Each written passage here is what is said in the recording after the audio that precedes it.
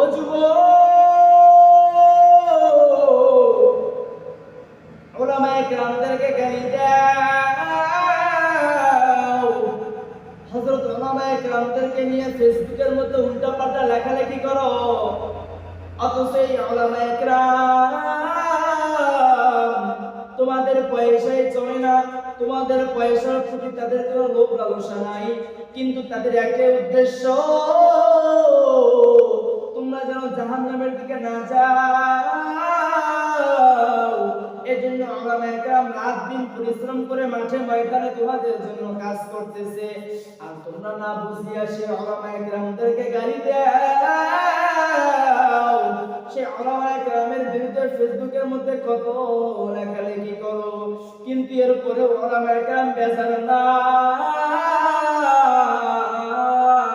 কত আঘাত সহ্য করার পর এরপরে উলামায়ে কেরাম মাঠে ময়দান থেকে পলায়ন করে না। এরপরে উলামায়ে কেরাম তোমাদের পিছনে ছুটতেছে, 24টা ঘন্টা তোমাদের পিছনে ছুটতেছে। তাদের একটাই উদ্দেশ্য, একটাই মাকসাদ, আল উলামা ওয়ারাসাতুল আম্বিয়া, নবীর উত্তরাধিকারী হচ্ছে উলামায়ে কেরাম। এই উলামায়ে কেরাম নবীরা কাজ করবে গো।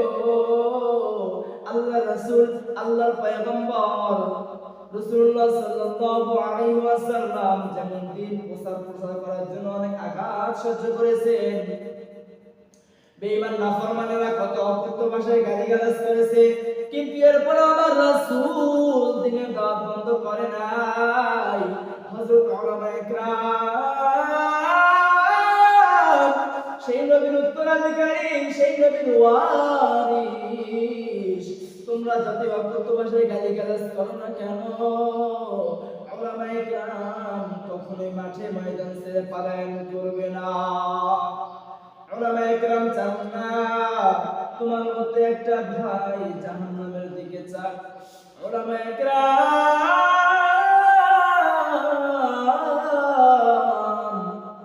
কি পরিমাণ পরিশ্রম করে আপনাদের পিছনে মেহনত করতেছেন, যদি একবার একটু চিন্তা করতাম। উলামায়ে কেরামদেরকে নিয়ে লেখালেখি